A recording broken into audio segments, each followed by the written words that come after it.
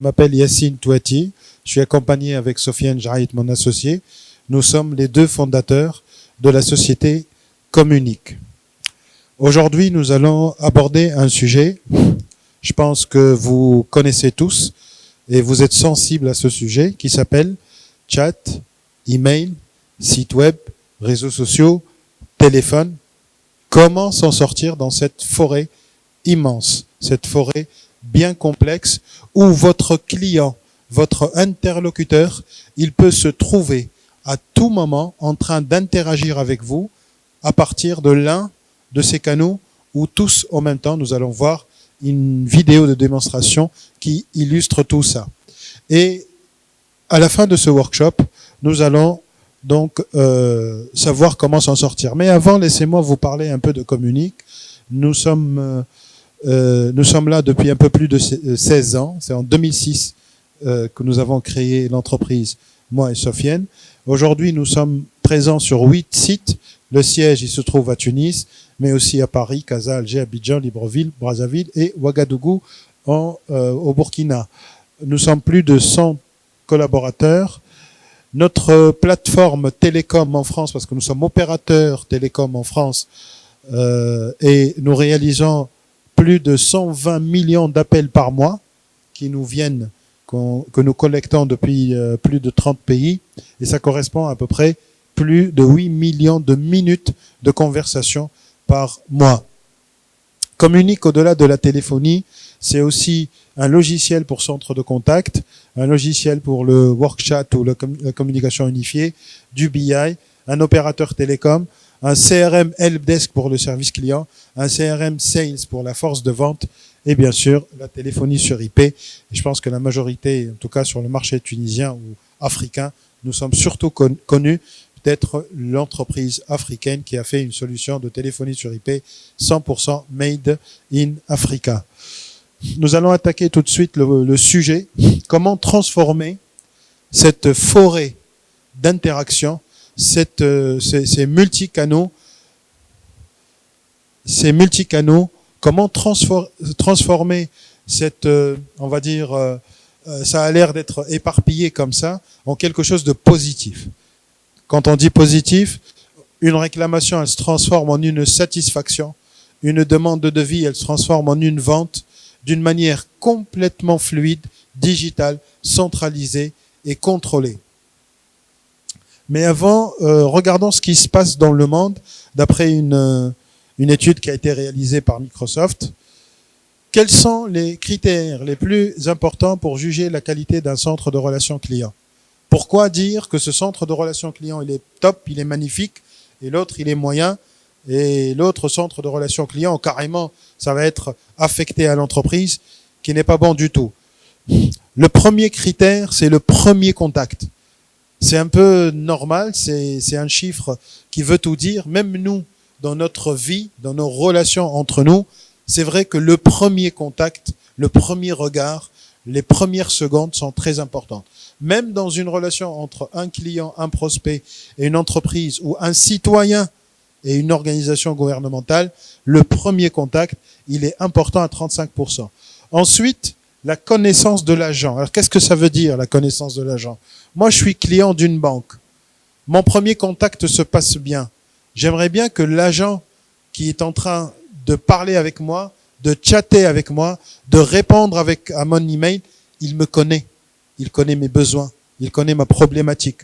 C'est pas la peine. Ce qu'il déteste le plus, les contacts, prospects, clients, citoyens, c'est qu'on parle à des gens qui connaissent rien à rien et qui nous font répéter à chaque fois de quoi on a besoin, qui nous sommes, etc. Donc ça, c'est important à 31%. Et voilà, les 20% me fait répéter. Et 11% seulement, malgré ce qu'on peut penser, c'est le self-service. Ça veut dire je rentre sur une plateforme et je fais tout seul. Ça représente 11% dans la note globale pour dire que ce centre de relations clients, il est top, il est bon ou il est moyen. Ensuite, l'autre indicateur, c'est les canaux utilisés. Et ça, c'est vraiment, même pour moi, c'était une surprise. Pas une grosse surprise, mais c'est quand même une surprise. Le téléphone, quand même, il reste en tête de liste à 71%. Aujourd'hui, les canaux d'interaction, le téléphone, reste encore en tête pour les canaux utilisés pour un contact, un échange entre un client, un prospect et une entreprise. Le deuxième sur le podium, c'est l'email. Et le troisième, c'est le self-service. Donc ces deux indicateurs-là, après on va voir dans des démos comment on peut les appliquer, comment être conforme à ces indicateurs pour que nos prospects, pour que nos clients, pour que nos citoyens deviennent heureux. Ils nous donnent des bonnes notes, que ce soit d'une manière, on va dire, une impression ou d'une manière plus objective. Et donc, on passe à la pratique, parce qu'on n'a pas beaucoup de temps. Combien il me reste? Là, ça s'allume pas. Ouais, 20 minutes, ça va. Donc, pour être pratique, comment gérer une réclamation? Quelqu'un qui réclame, quelqu'un qui dit il est où mon carnet de chèques, pourquoi l'électricité elle est coupée, pourquoi ma livraison n'arrive toujours pas. On fait une réclamation. Et cette réclamation, elle va venir par le canal mail. Mais elle peut venir aussi sur notre page Facebook.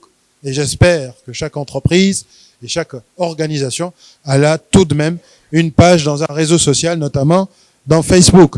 Aujourd'hui, il y a le WhatsApp. Il est tout le monde qui n'a pas WhatsApp dans la salle, lève la main. Voilà, je m'en doutais. Ça m'étonne.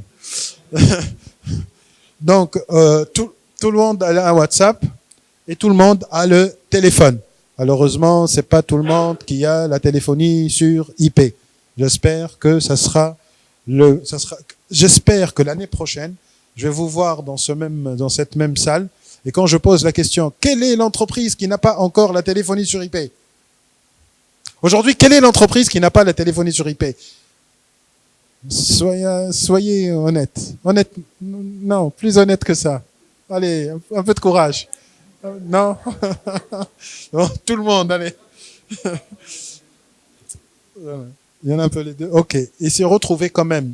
Donc, notre seul contact, il peut venir du mail, du messenger, parce que sur notre smartphone aujourd'hui, on a un mail, on a un messenger, on a WhatsApp, et on peut passer un coup de fil. Donc, on a le droit, on a la capacité, on a accès à ces 4 canaux pour interagir avec notre fournisseur ou notre institution gouvernementale. Place à une démo que nous avons enregistrée pour gagner du temps. Donc aujourd'hui, ça c'est le mail de notre client qui s'appelle, on va l'appeler Foulen. Il s'appelle Foulen. Ce Foulen, il envoie un mail pour dire j'ai un problème de casque. Le mail, il est parti, c'est bon. Et de l'autre côté, on va afficher, voilà, le mail, il est parti. Bonjour, j'ai un souci avec le casque qui n'arrive pas à se connecter. Je suis un vendeur de casque, j'ai vendu un casque et mon client m'envoie une réclamation. Sur mon logiciel Communique Helpdesk, je reçois cet email-là. Je vois qu'il y a un problème de casque qui est envoyé par Foulen ou Mohamed Ben Slima. Je clique sur ce bouton, hop, je transfère rapidement ce mail en un ticket, en une réclamation que je vais pouvoir gérer. Donc j'ai le mail tel que je l'ai reçu, mais pas sur Outlook. Je suis pas obligé d'ouvrir mon Outlook pour avoir accès à ce mail, au numéro de téléphone de la personne, au ticket, à la date, à l'heure. Et je peux commencer, moi, agent de service client, moi, agent de service après-vente, je peux commencer à traiter ce ticket. Ça veut dire que c'est un ticket qui concerne cette famille de produits, par exemple les casques, voilà, on a mis réseau, et je valide mon ticket et je vais commencer à le traiter. Et là, c'est un ticket que je vais changer son statut en cours. En même temps, j'ai un chat sur ma même application Communique Helpdesk. Et mon client, maintenant je suis sur la page de mon client. Tout à l'heure, j'étais sur la page de l'entreprise. Ce client, il vient sur la page Facebook de Communique. Et il est impatient d'avoir une réponse à son casque qui fonctionne pas. Il va dire bonjour, il est poli, il est sympa, il dit bonjour. Messenger de Facebook, d'une manière automatique, va lui dire est-ce que vous pouvez vous identifier? Et donc, si Foulen, il va m'envoyer son mail, son numéro de téléphone. Donc, je reçois ce chat-là, tout ce qui s'est dit là. Vous avez reçu mon mail. Là, il est en train de poser une question. Je vous ai envoyé un mail hier parce que j'ai un problème de casque et vous m'avez pas répondu encore. Donc là, l'agent, c'est l'interface agent, l'interface de l'entreprise, il n'a pas eu besoin ni d'ouvrir Outlook, ni d'ouvrir Facebook. Il est sur la même interface de Communique Helpdesk. Il lui dit « Bonjour, monsieur », il le nomme. On connaît notre client. Et il lui dit « Un instant, je vous prie ». Pourquoi? Il va cliquer sur l'historique de ce chat. Il va voir tout de suite qu'effectivement, il y a un problème de casque qui a été créé. C'est le même ticket qui a été créé par mail. Donc du mail, je vais à Messenger et j'ai tout l'historique, tout ce qui se passe sur ce même ticket. Encore une fois, j'ai pas eu à ouvrir ma boîte Outlook et j'ai pas eu à ouvrir un accès sur Facebook, toujours sur la même interface centralisée.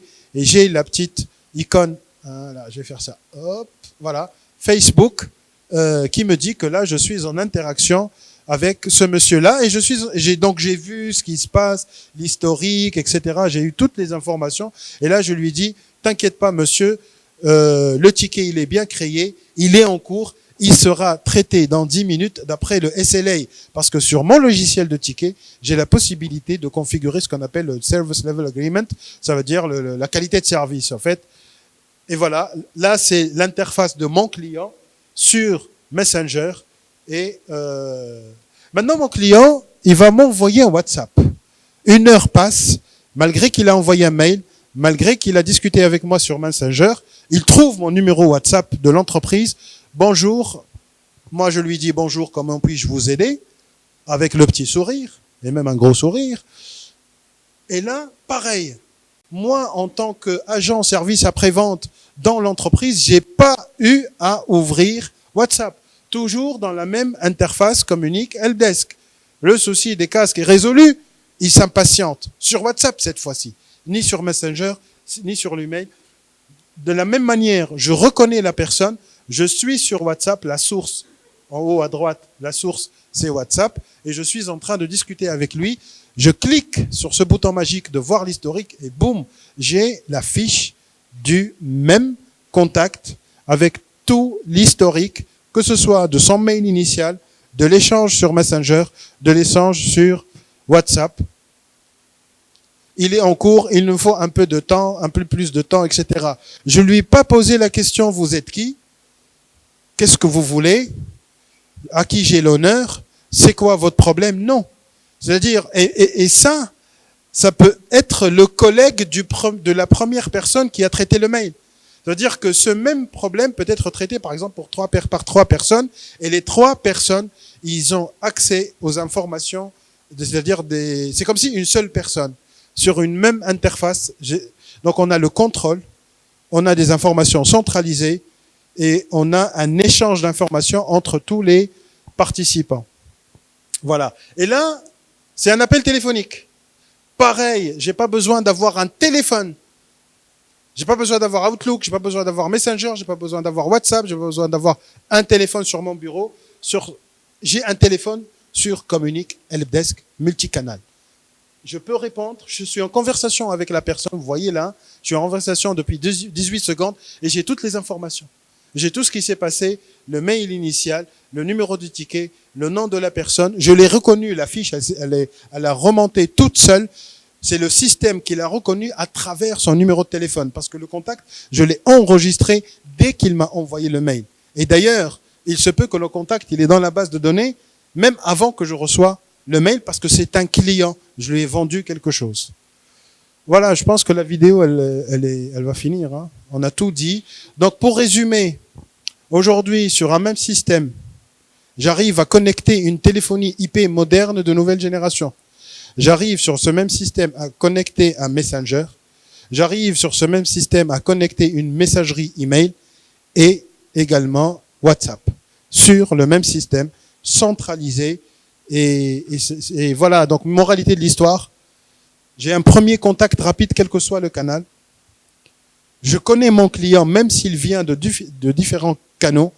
C'est pas lorsqu'il m'appelle par téléphone, je lui dis oui, bonjour, comment je vous aider? Non. Oui, bonjour, Foulen. Oui, je sais, vous m'appelez pour le ticket que vous avez ouvert il y a 2 jours par rapport au casque. Effectivement, nous avons un problème de stock, etc. Ça lui fait plaisir. Même si vous n'avez pas résolu son problème, ça c'est un autre problème. de ne pas résoudre son problème. Mais au moins, vous lui dites pas, mais vous êtes qui? Pourquoi vous m'appelez? C'est quoi le... Voilà, ça, il faut surtout pas le faire. Donc, on a un super premier contact, une super connaissance du client. On connaît l'objet de l'interaction et ses détails. Il y a la collaboration interne avec les collègues parce que n'importe qui va décrocher, va recevoir le mail, va recevoir le message sur Messenger ou sur WhatsApp. Tout le monde sait de quoi il s'agit. C'est qui la personne, le sujet et le descriptif de la réclamation. Et donc, une belle histoire de fidélisation malgré qu'on a plusieurs canaux. Ça a l'air complexe, mais comme vous pouvez le voir, c'est tellement simple lorsqu'il s'agit d'une seule et unique interface. Deuxième cas pratique, je te le laisse, Sofiane, ou... Je présente ça aussi? D'accord. Donc, les gens ne nous appellent pas pour réclamer seulement. Ils appellent pour acheter quelque chose, n'est-ce pas? On aimerait bien qu'on nous appelle pour acheter quelque chose et font rentrer un peu de chiffre d'affaires dans l'entreprise. Donc, comment transformer une envie d'achat d'un prospect potentiel à travers le téléphone, à travers un appel téléphonique, vers un joli bon de commande signé électroniquement. Signé électroniquement. C'est ça la nouveauté un peu de Communique en 2022, c'est qu'on a réussi grâce à un partenaire toujours tunisien, toujours une solution made in Tunis qui s'appelle NGSign. On a réussi un partenariat, une intégration très poussée entre Communique Contact et NGSign pour la signature électronique. Donc maintenant, je reçois un appel téléphonique, pardon. Là, je suis en attente d'un appel. C'est réel ou... C'est réel. Donc, Sofiane, il est en train de m'appeler. Je reçois cet appel. Bonjour, monsieur. Comment je peux vous aider? Je veux acheter quelque chose. D'accord. Vous êtes, donc je prends son nom, je prends son prénom. On a encore 10 minutes, Sofiane. Code postal, etc. Donc, je remplis un peu sa fiche pour lui vendre quelque chose. Je discute avec lui, voilà, voici les tarifs, ça te plaît, oui, ça me plaît, je veux bien l'acheter. Et je suis encore en ligne avec la personne. On est encore en ligne ou tu as raccroché? Oui, on est encore en ligne. Donc d'accord. Je vais terminer là. Donc là, j'ai saisi les coordonnées de la personne qui m'appelle. Elle est intéressée pour s'abonner à un produit. Je vais lui envoyer directement le bon de commande à chaud. Donc comme ça ne va pas être un deuxième call ou un troisième appel dans une semaine. Là, je vais directement lui envoyer le bon de commande. Là, j'ai l'information que le bon de commande lui a été envoyé. Je suis toujours en ligne avec cette personne et je lui pose la question, avez-vous reçu le mail envoyé à l'instant et contenant le bon de commande à signer? Donc là, la personne, elle va ouvrir sa boîte mail. Elle va recevoir ce que je viens de remplir. Donc, bonjour, voilà. Donc, là, c'est un mail envoyé par NGSign pour continuer justement la vente, alors que je suis toujours au bout du fil avec mon client. Il va cliquer sur « Signer ». Voilà. Il a son document à signer. Voilà, c'est la solution Communique VoIP. Elle lui a coûté 300 €. Oui, c'est un prix salon. Donc, il va cliquer sur « Je reconnais avoir lu le document ». Il va signer, voilà. Ou avec la main, il peut faire une signature. Et clique sur « Signer ». Voilà. Donc là, j'ai carrément vendu le produit en ligne. Je suis toujours avec lui. Alors, vous avez reçu le bon de commande. Il va me dire « Oui ». Qualifié en vente. Voilà. Et là, j'ai terminé ma vente à chaud, directement, quand j'ai le client au bout de la ligne et il a carrément signé le contrat, sans avoir à se déplacer et faire la file d'attente et la queue. Voilà. Dans une autre... Oui, alors, oui, c'est une très bonne question, on va y revenir tout à l'heure. Très, très bonne question, merci beaucoup. Alors, avant, et ça c'est un cas réel, une entreprise en France, je peux la citer, ils m'ont donné l'autorisation, elle s'appelle les éditions Lefebvre d'Alloz. C'est une des plus grandes entreprises d'édition juridique en France. Avant, ils utilisaient le système « Bonjour monsieur, comment je peux vous aider? Je veux m'abonner sur votre revue de droit des entreprises. » D'accord monsieur, donc je vais vous envoyer le bon de commande, je vous prie de le signer par mail. D'accord, monsieur, au revoir. J'envoie le bon de commande par mail. Comme maintenant. Mais j'ai raccroché. J'ai dit au revoir. Le client va passer à autre chose. Mais dans les meilleurs des cas, il a tellement envie d'acheter le produit, il va ouvrir son mail. J'espère que ce mail n'est pas arrivé au spam. Il le trouve. Il le lit. Il est d'accord de payer les 300 €. Il doit confirmer sa commande. Comment? Il va imprimer en espérant qu'il a une imprimante qui fonctionne, où il y a l'encre, le tonnerre, le jet d'encre. Il imprime. Ensuite, il doit trouver le cachet, le stylo, signer. Ensuite, il doit scanner, renvoyer par mail. Et j'espère que le commercial derrière, il a tellement envie d'attendre ce bon de commande pour la passer à l'administration de vente pour que tout ça soit un chiffre d'affaires et un résultat positif. Tout ce process, il est devenu « Allô, bonjour, je veux m'abonner. D'accord, je vous envoie le bon de commande tout de suite. Restez en ligne, vous l'avez reçu. Vérifiez vos spams. C'est bon, vous l'avez reçu. Vous avez vu le petit bouton jaune, je signe. Ok, cliquez dessus, je signe. Tac, validé. C'est bon, monsieur, vous avez signé. Félicitations. Vous serez heureux avec notre produit. Au revoir. Et ça, le jour, enfin, non, tout à l'heure, c'était la nuit. Et maintenant, avec la signature électronique, avec la digitalisation du process de vente par téléphone, ça devient le jour. Voilà. Et là, c'est un deuxième truc. Si, vous avez...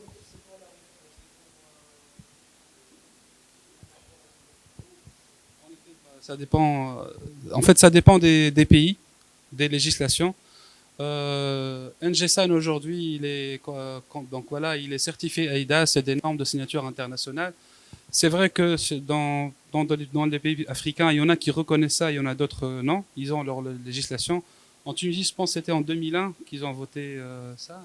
En fait, c'est une histoire de PKI, je pense. PKI, voilà. En Tunisie, nous avons notre propre PKI national qui est géré par l'Agence nationale de certification électronique, qui est aujourd'hui compatible avec NGSign. Donc, si l'entreprise elle souhaite avoir ce qu'on appelle son certificat électronique, et il peut il peut l'intégrer entre guillemets dans NGSign, et comme ça, la signature, elle aura une valeur probante légale. Sinon, dans les signatures électroniques, il y a ce qu'on appelle des signatures simples. Mais bon, ça, c'est vraiment un workshop sur la signature électronique et qui sera demain dans la plénière de 10h45, je pense, ou 10h15. Il y aura un spécial relation client, multicanal, signature électronique, mais on va faire un focus sur la signature électronique. J'espère que vous nous faites l'honneur et le plaisir de votre présence demain dans la grande salle plénière à 10h15, je pense, ou à 10h45. J'ai oublié. Donc maintenant, pour ne pas trop vous retenir, j'espère que la présentation vous a plu. Ça dépend des applaudissements que je vais entendre. Il n'y a pas d'applaudissements, ça vous accorde. Ah si. Merci beaucoup. Mais est-ce que vous avez des questions? Le plus important, c'est les questions. C'était très clair? Vraiment pas de questions? Celui qui pose une bonne question, il aura droit à un cadeau. Non? Même pas? Si. Bonjour, je me présente, Ahmed Boudriga. Donc, est-ce qu'on peut avoir plusieurs catégories pour classer les interventions ou bien les demandes par service? Oui. Voilà. Ça n'a pas été présenté dans la présentation. Non, ça n'a pas été présenté, effectivement. Comme vous avez vu dans la fiche ticket, il y a la nature, type, catégorie, famille de produits, source, voie. Il y a plein de paramètres pour taguer votre ticket, pour après soit faire du dispatching automatique selon quel tag, ou après faire des statistiques selon le tag. Et tout ce que vous avez vu, il est complètement paramétrable. Il n'y a rien de figé dans Communique Helpdesk. Merci. Merci pour votre question. Merci. Est-ce que vous prenez en compte en fait le B2C et le B2B, et est-ce qu'il y a une différence entre les deux? Ouais, c'est une super question.